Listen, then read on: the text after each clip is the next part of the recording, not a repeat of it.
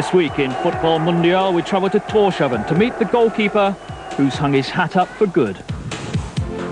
We visit one of the most unusual grounds in the world as European football comes to the Faroe Islands, David versus Goliath. We profile the hard man of Australian football and find out why he's making temperatures rise down under in his bid to make football the #1 sport.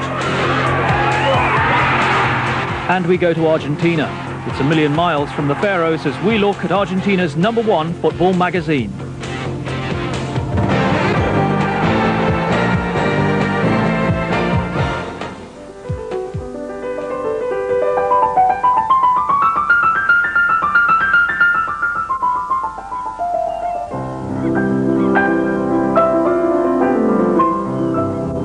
The Faroe Islands. With a population of only 42,000, Denmark's tiny principality survives mainly on its income from fishing. But when it comes to football, the Faroes are a small fish in a big sea. It was in 1990 that they first made an impact on the international scene and their bobble-hatted goalkeeper hit the headlines. It was their first ever Euro qualifier and they were playing comparative giants Austria. Jens Martin Knudsen made a dream debut in goal and the Faroes went on to stun the world. Knudsen's hat became a symbol of hope for every David facing up to his Goliath. The Faroes Football Association was formed in 1979 and now boasts 26 clubs and up to 6,000 playing members. For the association president, the memory of the game against Austria remains as sweet now as it ever was. That was great. But it was a bit of a surprise. It wasn't something we had thought would happen. But since then, you could say that it's been a bit difficult to live up to. Nevertheless, it was a great experience for the Faroes because it put us on the world map. They may be on the world map, but they're still hard to spot. And their next challenge in the European qualifiers is awesome. They face the might of Russia. That's a population of 148 million people against 42,000. In the first match, Russia won 3-0. The capital city of Tórshavn is one of the smallest in the world, with only 17,000 people under the town's colourful roofs.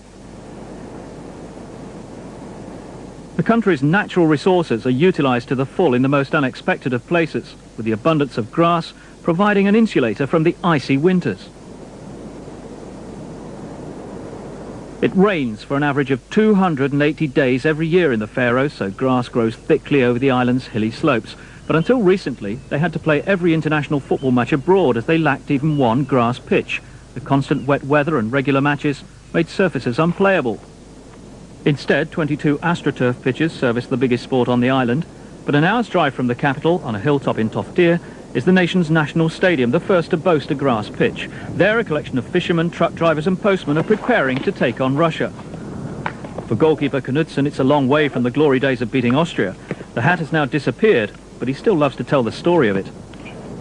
Yeah, I think I got to tell when I was about 14 years old, I had a head injury. And the doctor told me a fortnight after that I had to play with a helmet on. But you can't really play football wearing a helmet. So to please him, I just put a hat on. Not far from Toftir National Stadium is the home where Knudsen grew up. It was in this house that Mrs. Knudsen made the bobble hat that made history, and which her young son continued to wear long into his 20s. It was when he was about 12 years old. He had a small injury and he thought it would help to have a hat on. So he asked me whether I'd knit him one. And that's what I did. He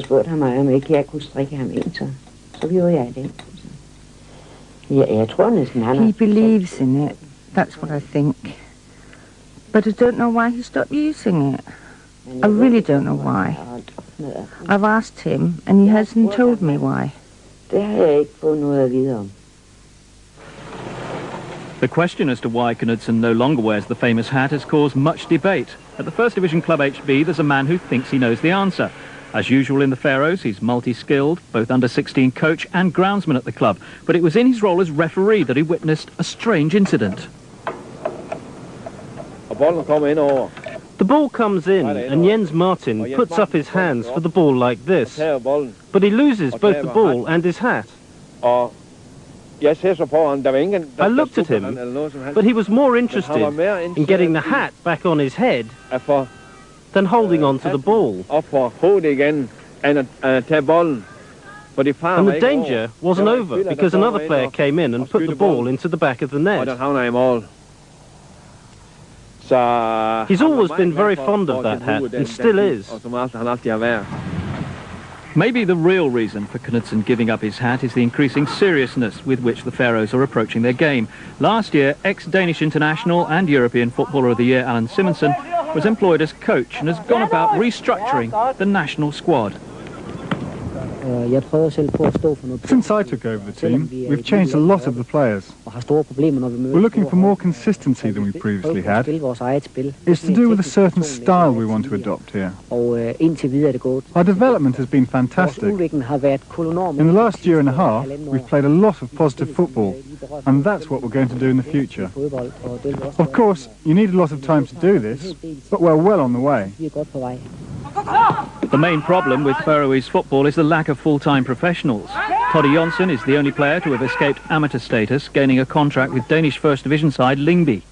The money just doesn't exist to support a professional league in these tiny islands.